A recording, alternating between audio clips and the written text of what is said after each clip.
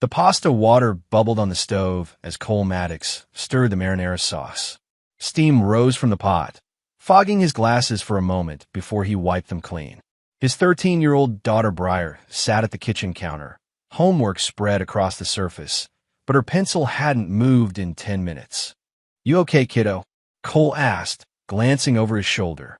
His military training had taught him to notice when something was off, and Briar's silence felt heavier than usual. She looked up, her brown eyes rimmed with red. "Dad, where's Mom tonight?" "Charlotte." "Another conference." Cole dumped the pasta into the colander, letting the steam billow around him. "She'll be back tomorrow." Briar's face crumpled. The pencil slipped from her fingers and clattered to the floor. "Briar." Cole set down the colander and turned to face her fully. "What's wrong?" The dam broke. Tears streamed down her face as her shoulders shook. Cole moved to her side, placing a steady hand on her back. "I can't do this anymore, Dad. I can't pretend everything's normal." Cole's jaw tightened. "What do you mean?" "She's lying to you." The words came out in a rush between sobs. "About the trips. About everything."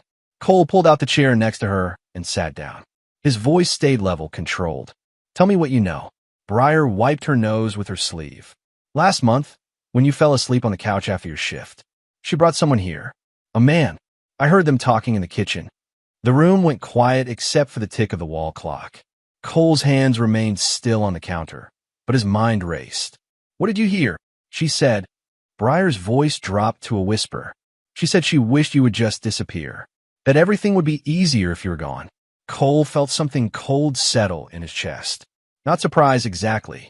More like confirmation of a suspicion he'd been pushing away for months. "Anything else?" "I've seen her sneak him in 3 times now. Always when you're asleep. He has a truck. Dark blue. And Dad." She looked up at him with frightened eyes. "I'm scared." Cole reached over and squeezed her hand. "You did the right thing telling me, and you don't need to be scared anymore. I'm going to handle this." "What are you going to do?" "I'm going to find out the truth. All of it." He stood up and turned off the burner under the sauce. "But first, we're going to eat dinner. And you're going to tell me about your day. Normal stuff. Can you do that?" Briar nodded, wiping her eyes again. "Good girl." "And Briar?" "This stays between us for now. Understand?" "Yes, sir." Cole served their plates, his movements automatic while his mind worked through possibilities. Marla had been different lately. Distant, more critical of small things, more eager to leave for her business trips. He'd attributed it to stress at work, but now Dad. "Yeah, please don't let her hurt you." Cole met his daughter's eyes. "She won't get the chance." Cole waited until 2 a.m. to start. Marla wouldn't be back until tomorrow evening, giving him time to work without interruption. He sat at his desk in the spare bedroom, laptop open, mind focused like it hadn't been since his Army days. First, the doorbell camera. Their system kept footage for 60 days. Cole scrolled backward through the timeline, looking for anything unusual during Marla's supposed business trips. There, 3 weeks ago, a dark blue Ford F-150 parked across the street at 11:47 p.m.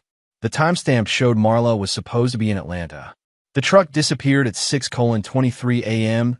Cole's fingers moved across the keyboard with practiced efficiency. He pulled up their shared phone plan, checking location data. On the night the truck appeared, Marla's phone pinged towers in Raleigh, not Atlanta. That he made a list.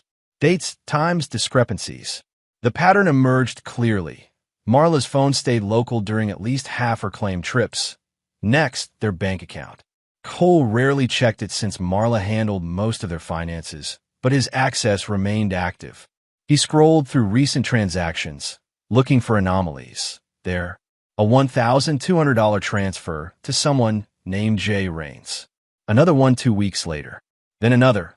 Cole opened a new browser tab and searched Jay Rains Raleigh. The results made his blood run cold. Jesse Rains, 34, owner of Iron Core Gym. 2 arrests for assault. 1 conviction for battery with a deadly weapon. Suspended sentence that he printed the mugshot. Square jaw, heavily muscled, cold eyes. This was the man coming to his house. Cole sat back in his chair, processing. His wife was having an affair with a violent criminal. She was lying about her whereabouts. And according to Briar, she wanted him gone. But there had to be more.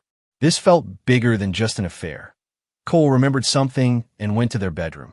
In Marla's jewelry box, behind the earring she never wore, his fingers found what he was looking for.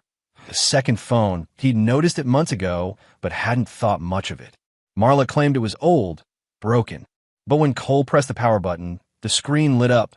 The phone was locked, but Cole knew Marla's patterns. He tried her usual password. Incorrect. He tried their anniversary. Incorrect. Then he remembered her brother Danny, who died in a motorcycle accident 5 years ago. Cole entered Danny's birthday. 0824. The phone unlocked. Cole's hands went still as he stared at the screen. Text messages with Jesse. Going back 4 months. He scrolled to the top and started reading. Jesse. When are you going to tell him? Marla. Soon. I need more time to set things up. Jesse. I'm tired of sneaking around. Either you leave him or I'm done. Marla. You know it's not that simple. There's too much money involved. Cole's jaw clenched as he continued reading. Marla. The policy is active now. Just need to be patient. Jesse. How patient? I want to start our life together. Marla. Very soon. Trust me. Cole scrolled to the voice messages. Marla's voice filled the quiet room. Cleo, it's me. I think we're ready to move forward. The insurance policy Cole signed last month is active. It's $1 million, double for accidental death. Another voice responded. Female. Are you sure about this? There's no going back once you start. I'm sure. Jesse knows what to do. We just need the right opportunity. Cole stopped the playback. His hands were shaking. Cleo Bellamy. Marla's best friend since college. They've been planning this together. He scrolled further and found a saved draft message never sent. It's time. Once he drinks it, I'll say it was an accident. The policy's active. Cole stared at the message for a long time. Then he carefully navigated to the phone's settings and found the backup options. He connected it to his laptop and copied everything. Texts, call logs, photos, voice messages. When the transfer finished, he put the phone back exactly where he'd found it. Back in the spare room, Cole opened his contact list and scrolled to a name he hadn't called in 2 years. Lal Tiernan. His old squad mate from Afghanistan, now running survival training courses in Asheville. The phone rang 3 times before a gravelly voice answered. Cole, this better be good. It's 3 in the morning. I need backup, Lyle. I'm being hunted in my own house. A pause. What kind of backup? The kind that keeps me alive. How fast can you get to Raleigh? Give me 6 hours. What are we dealing with? Cole looked at the evidence spread across his desk. My wife wants me dead, and she's got help. I'll be there. Cole spent the remaining hours before dawn organizing his evidence. He created folders on his laptop, financial records, location data, communications, background checks. Each file was labeled and dated. If something happened to him, the evidence would tell the story to be why the time Breyer woke up for school. Cole had transformed into the calm, controlled father she knew. He made her breakfast, checked her homework, sent her off to school with a hug that lasted a few seconds longer than usual. At 10 a.m., Lal knocked on the front door. Lal Tiernan looked exactly like what he was, a former Special Forces operator who'd traded his uniform for civilian clothes but kept the warrior's edge. Tall, lean, with gray threading through his beard and eyes that missed nothing. You look like hell, Lal said, stepping inside. Feel worse. Coffee. They sat at the kitchen table while Cole laid out everything. The hidden phone, the text messages, the insurance policy, the pattern of lies.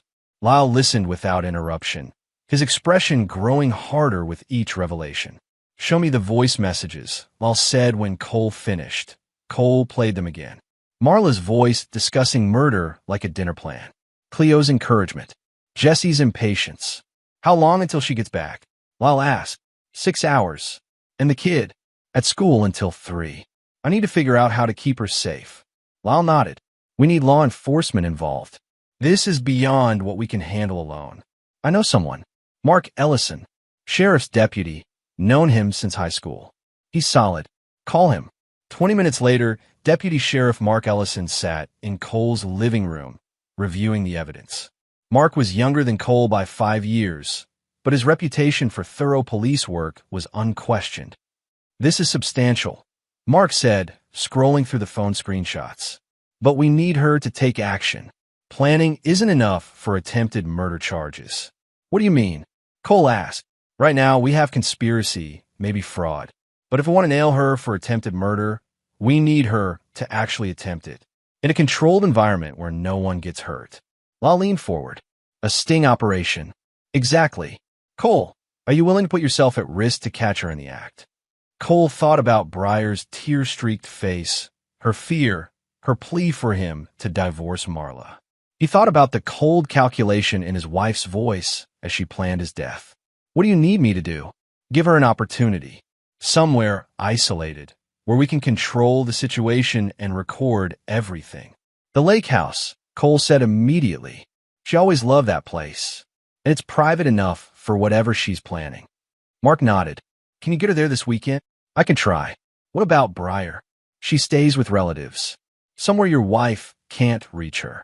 Cole pulled out his phone. My sister lives in Virginia. Briar loves staying there. Good. Call her now. While Cole arranged for Briar's safety, Mark and Lyle worked out the operational details. Surveillance equipment, backup plans, emergency signals. One more thing, Mark said when Cole finished his call. Once this starts, there's no backing out. If she takes the bait, she's going to try to kill you. Are you ready for that? Cole looked at the evidence scattered across his coffee table. Photos of Jesse Raines, transcripts of murder plans, bank records showing his wife stealing from their shared account. She already killed me, Cole said quietly.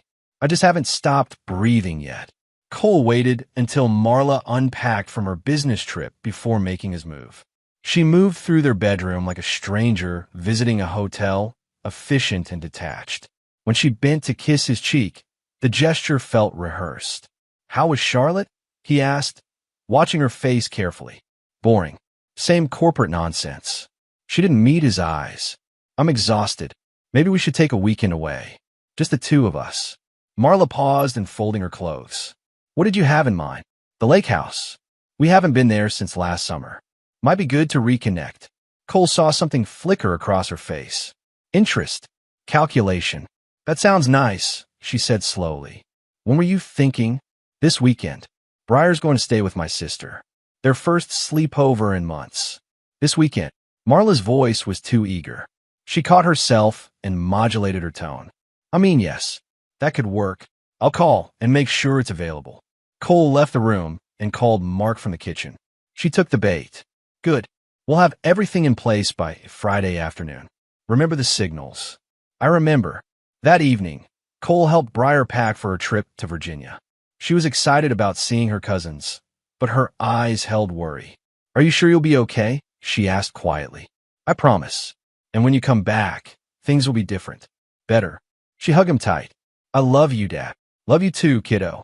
More than you know. Friday morning, Cole drove Briar to his sister's house in Richmond. The 3-hour drive gave him time to think, to prepare mentally for what was coming. When he hugged Briar goodbye, he held on just a moment longer than necessary.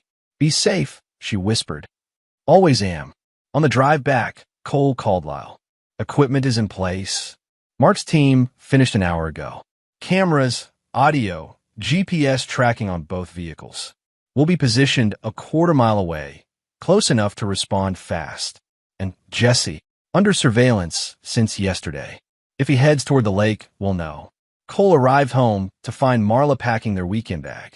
She seemed almost excited, humming softly as she folded clothes. Ready for our getaway? She asked, looking forward to it. They drove to the lake in Cole's truck, Marla chattering about work stress and how much she needed this break. Cole made appropriate responses while his mind stayed focused on the plan. The lake house sat on 2 acres of wooded property, far enough from neighbors to ensure privacy. Cole had inherited it from his father, and he and Marla had spent their early marriage weekends here. Now it felt like driving to his own execution. It's so peaceful here, Marla said as they unloaded their bags. I'd forgotten how much I love this place. Cole carried their luggage inside, while Marla walked down to the water. The house felt different knowing it might be the last place he ever saw. But the hidden cameras Mark's team had installed gave him confidence. Everything would be recorded. Want to start dinner? Cole called out. You cook. I'll open some wine. Cole busied himself in the kitchen, preparing steaks for the grill. Through the window, he watched Marla on the deck, phone pressed her ear. Too far away to hear words, but her body language looked urgent. When she came back inside, her cheeks were flushed. "Everything okay?" Cole asked. "Just work stuff? You know how it is." She moved to the wine rack and selected a bottle of red. Cole watched her hands as she opened it, looking for any unusual movements. She poured 2 glasses and brought one to him. "To us," she said, raising her glass. "To truth," Cole replied. They clinked glasses. Marla drank immediately.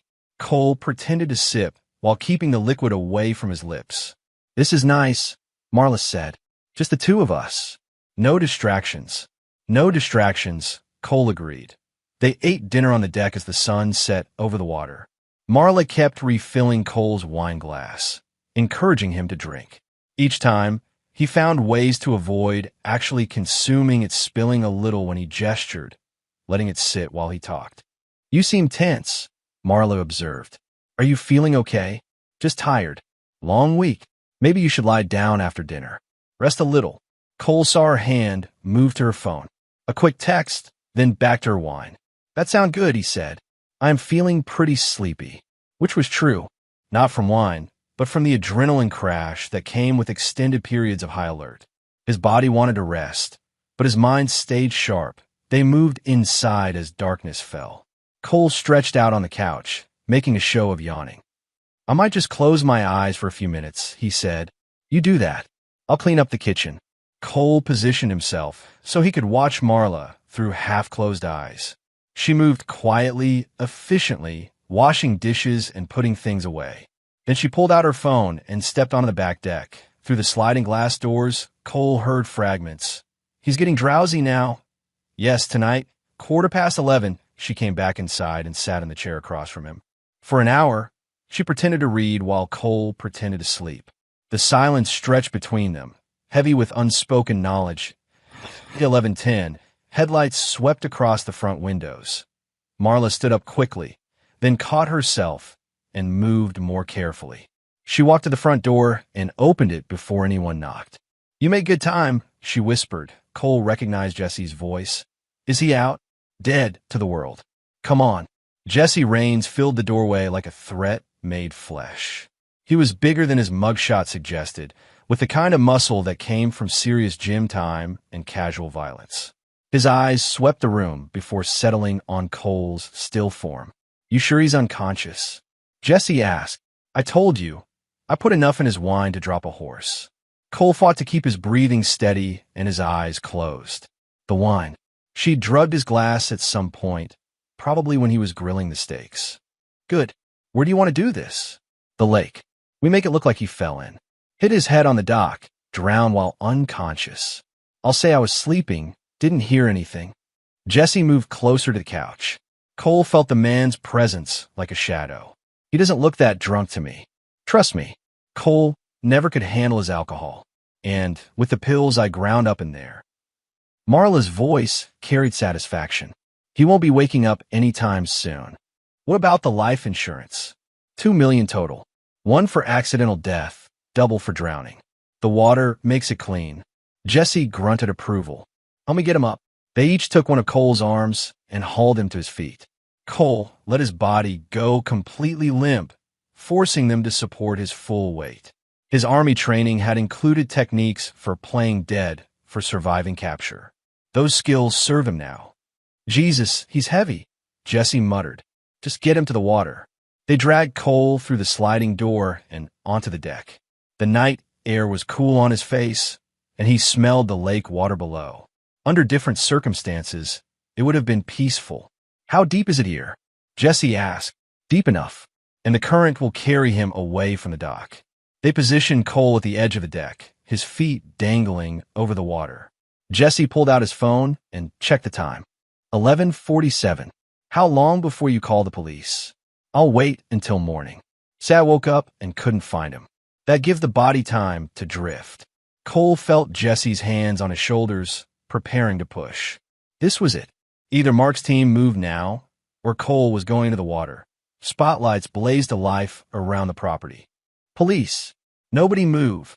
Jesse spun toward the voice, his hands leaving Cole's shoulders.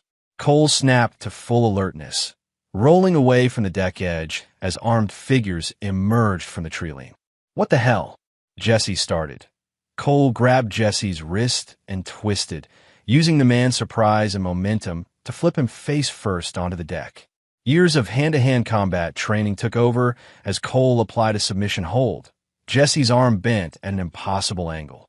"Move and I break it," Cole said quietly. Marla stood frozen, her mouth open in shock. "Cole? But you were... How are you awake?" "Sober." Cole kept pressure on Jesse's arm as deputies surrounded them. "I don't drink wine anymore, Marla. Haven't you noticed?"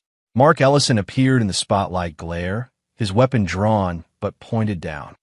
"Jesse Raines, Marla Maddox, you're under arrest for conspiracy to commit murder and attempted murder." "You can't prove anything," Marla said, but her voice shook. Mark held up a small recording device. "We can prove everything. Every word, every plan, every lie. It's all on tape." Cole released Jesse as two deputies moved in with handcuffs. Jesse tried to resist, throwing a wild punch that Cole easily avoided. The deputies tackled him to the deck and cuffed him while he cursed and struggled. Marla was cuffed more gently, but she fought just as hard with words. "This is entrapment. You tricked me. Cole, how could you do this to me? To us?" Cole stood up slowly, rubbing his shoulder where Jesse had grabbed him. "There is no us, Marla. There never was. Just you, using me until you could kill me. I love you. This wasn't supposed to happen like this. You love my life insurance policy. That's not the same thing." As the deputies led her away, Marla looked back at Cole with desperate eyes. "I can explain everything. We can work this out." Cole watched them load her into the patrol car without expression. When the taillights disappeared into the darkness, he felt something he hadn't experienced in months. Peace. The Raleigh Police Department interview room smelled like stale coffee and broken dreams. Cole sat across from Detective Lisa Huang, Mark Ellison beside her, while they went through his statement one more time. "Let's talk about the phone," Detective Huang said. "How did you know Marla's password?" "Her brother's birthday. She used it for everything important to her. And you copied all the contents. Everything. Texts, voice messages, photos, call logs.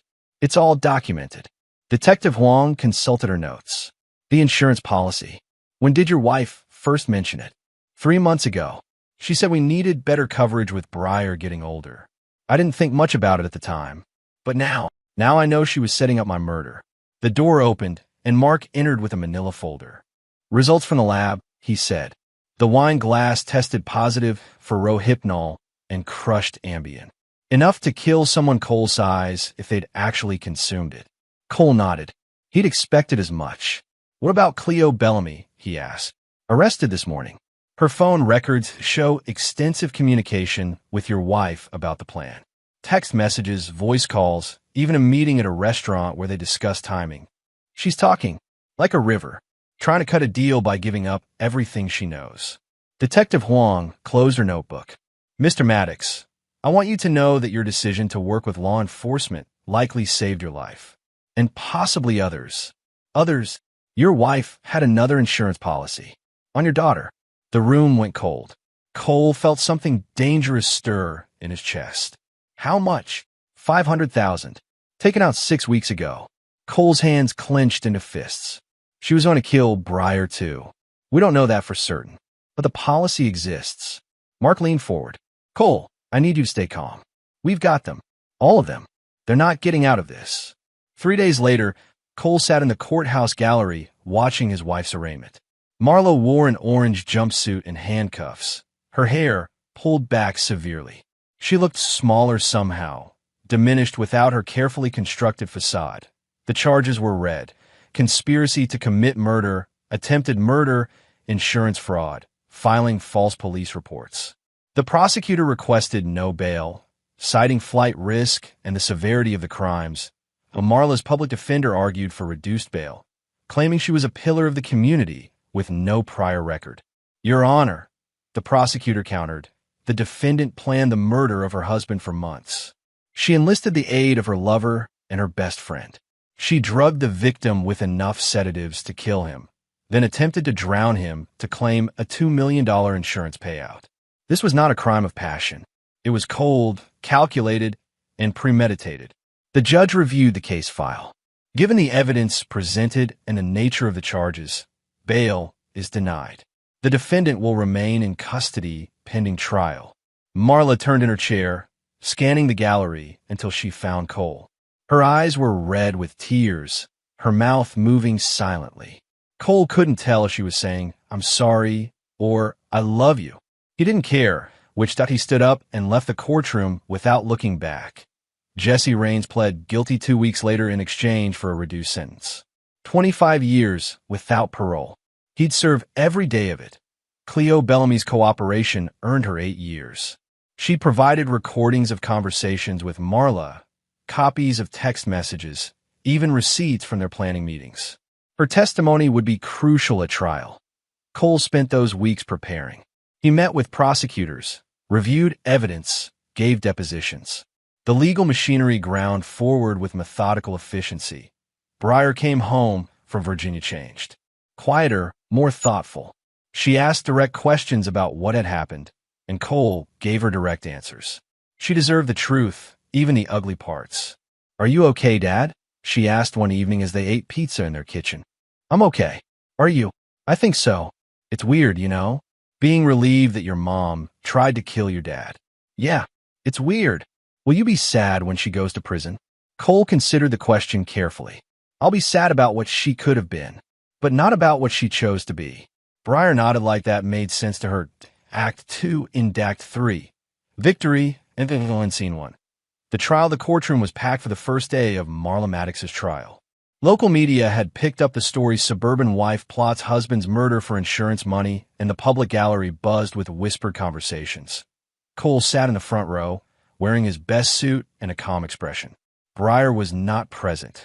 She would testify in the judge's chambers, away from the circus atmosphere. District Attorney Patricia Wells opened with a clear, damning statement. "Ladies and gentlemen of the jury, this case is about greed, betrayal, and attempted murder. Over the next week, you will hear evidence that the defendant, Marla Maddox, planned and attempted to execute the murder of her husband, Cole Maddox, to collect a $2 million insurance payout. You will hear her own words, recorded on her own phone, discussing the best way to kill him. You will see bank records showing money paid to her accomplice. You will hear testimony from witnesses who helped plan this crime. And you will see that only police intervention prevented a cold-blooded murder." Marla's defense attorney, James Kirkwood, tried a different approach. "My client is a victim herself. A victim of an abusive marriage, trapped in a relationship with a controlling ex-soldier who monitored her every move. Yes, she had an affair. Yes, she made poor choices. But the evidence will show that she was manipulated by Jesse Raines, a man with a history of violence who convinced her that her husband was dangerous. My client never intended to hurt anyone." Cole listened to the defense's opening statement without changing expression. They were going to paint him as the villain, make Marla the victim. He'd expected this. The prosecution's case unfolded methodically. Bank records, phone logs, security footage, forensic evidence. Each piece of evidence built on the last, creating an unbreakable chain of guilt. Detective Huang testified about the investigation, walking the jury through the evidence Cole had discovered and the sting operation at the lake.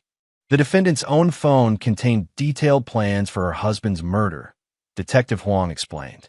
Text messages with her accomplice discussing timing, voice messages with her friend discussing the insurance payout, and a drafted message that read, "It's time. Once he drinks it, I'll say it was an accident." The policy's active. The prosecutor played the recordings from the lake. The courtroom went silent as Marla's voice filled the air, dead to the world. "I put enough in his wine to drop a horse." The lake. "We make it look like he fell in. Hit his head on the dock, drowned while unconscious. $2 million total. 1 for accidental death, double for drowning." Several jurors looked visibly disturbed. Marla kept her eyes down, refusing to look at Cole on the third day. Cole took the stand. "Mr. Maddox," D.A. Wells began, "please tell the jury about your marriage to the defendant.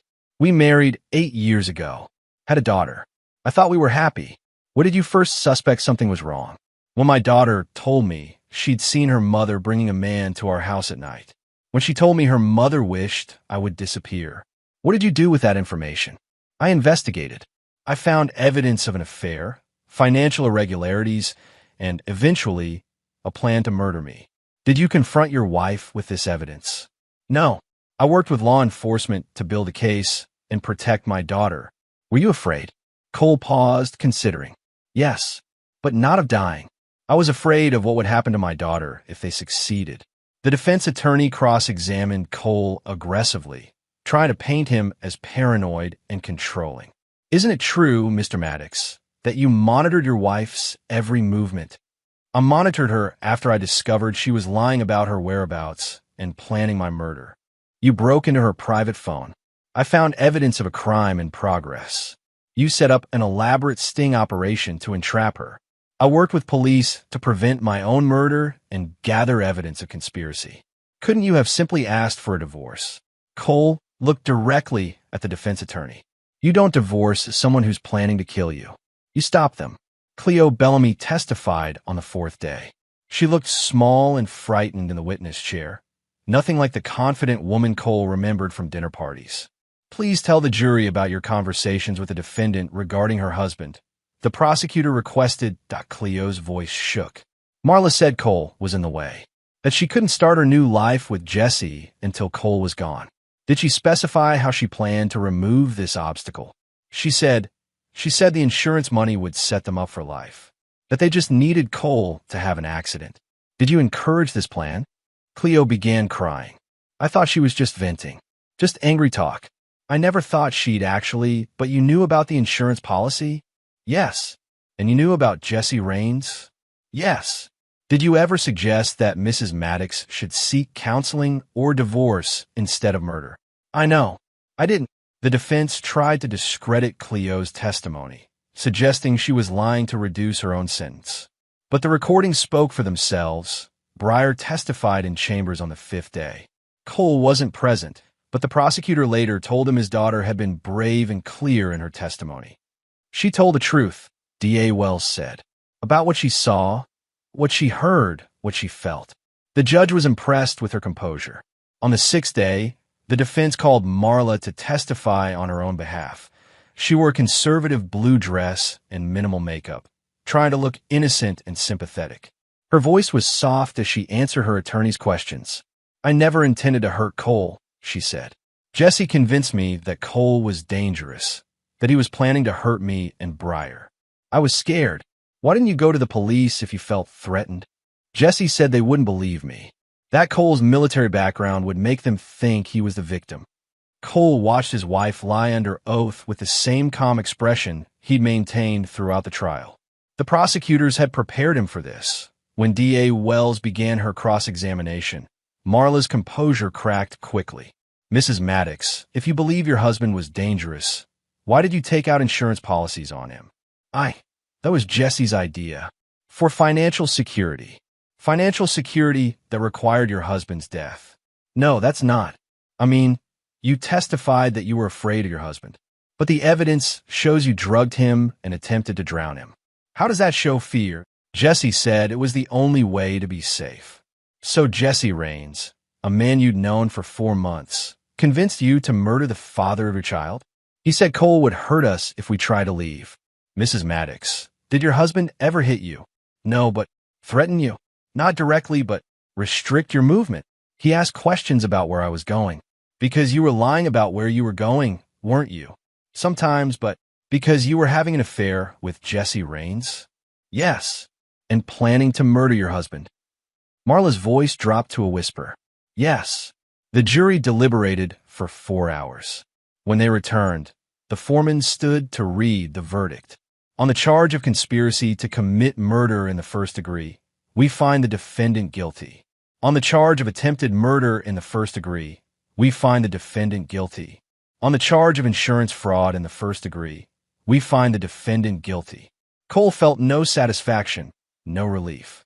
Just a quiet acknowledgement that justice had been served. The judge scheduled sentencing for the following week. Marla was led away in handcuffs, her family crying in the gallery. She looked back at Cole one last time, her face streaked with tears. Cole stood up and left the courtroom. It was finished. Sentencing day brought closure. The judge reviewed the evidence and victim impact statements before pronouncing judgment. Mrs. Maddox, your actions represent the worst kind of betrayal. You planned the murder of your husband, the father of your child, for financial gain. You enlisted accomplices, you drugged your victim, and you came within moments of completing this heinous crime. The court sentences you to 30 years in prison without the possibility of parole. 30 years. Marla would be 65 when she got out, if she lived that long. Briar would be in her 40s, with a life completely separate from her mother. Cole had prepared a victim impact statement, but chose not to read it. Everything he needed to say had been said in his testimony. Outside the courthouse, reporters wanted statements. Cole ignored them and drove home to pack that he and Briar were moving to Asheville, where Lyle had found the house near his training facility. A fresh start in the mountains, away from the memories and the media attention. Are you excited about North Carolina? Cole asked as they loaded boxes into the moving truck. Yeah, the mountains are beautiful.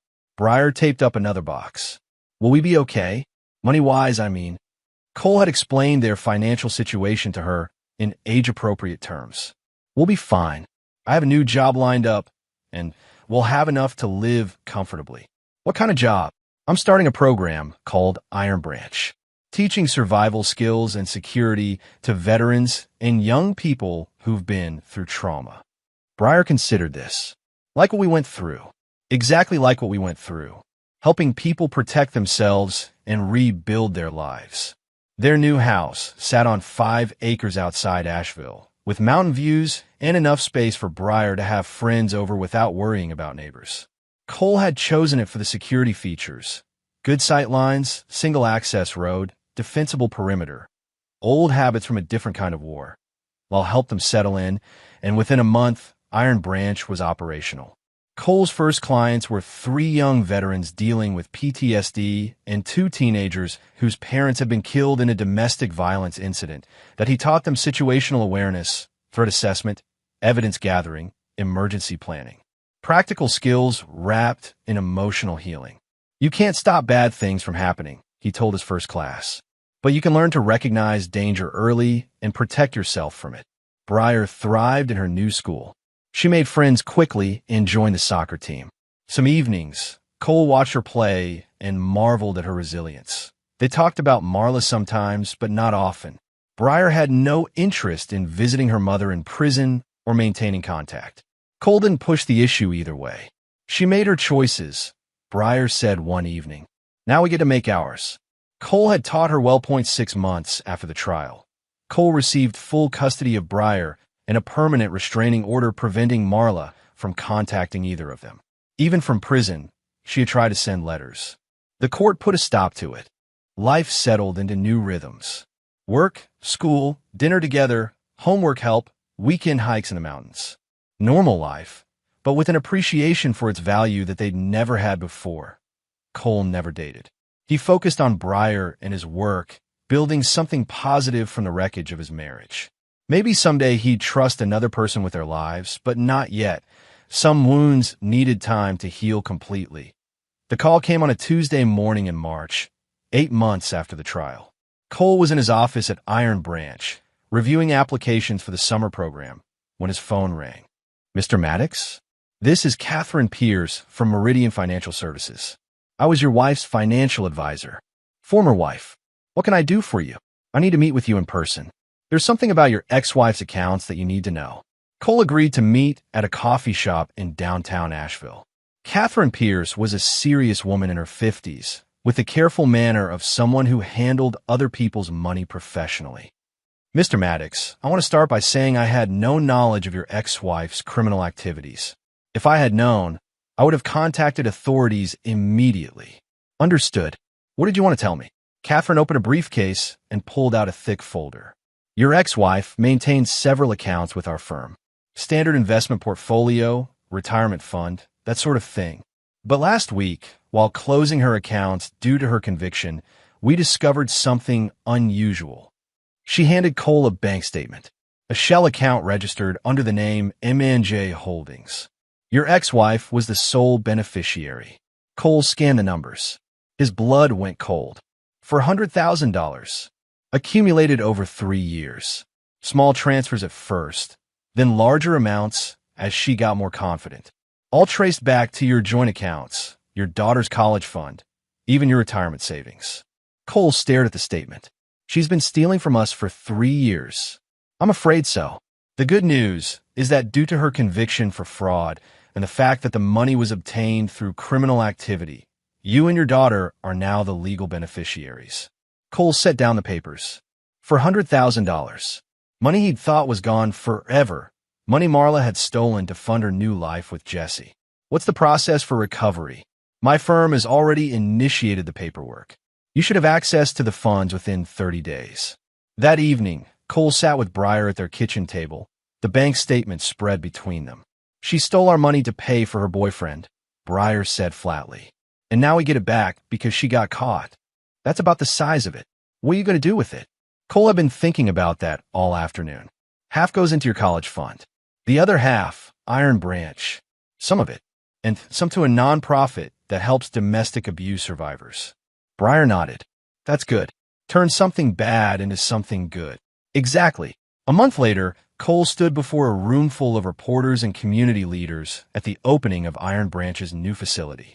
The expanded program would serve twice as many clients, with professional counselors on staff and partnerships with law enforcement agencies across the region. I didn't just survive what happened to my family, Cole told the crowd. I dismantled it, piece by piece, and now I teach others to do the same. The reporter from the Asheville Citizen-Times raised her hand. What's your message to other people who might be in similar situations? Cole thought about that night at the lake, about the months of fear and planning, about Briar's courage in speaking up. Trust your instincts. Gather evidence. Work with professionals. And never underestimate what you're capable of when someone you love is threatened. After the ceremony, Cole and Briar drove home through the mountains. Spring was coming to North Carolina, and the trees were beginning to bud. Dad, yeah, I'm proud of you. For everything you did to protect us. Cole reached over and squeezed his daughter's hand. I'm proud of you too, for being brave enough to tell me the truth. They drove the rest of the way in comfortable silence. Two survivors heading home through the mountains, their future finally their own to shape. Behind them, the lights of Asheville sparkled in the valley, and ahead, the road stretched clear and bright beneath the stars.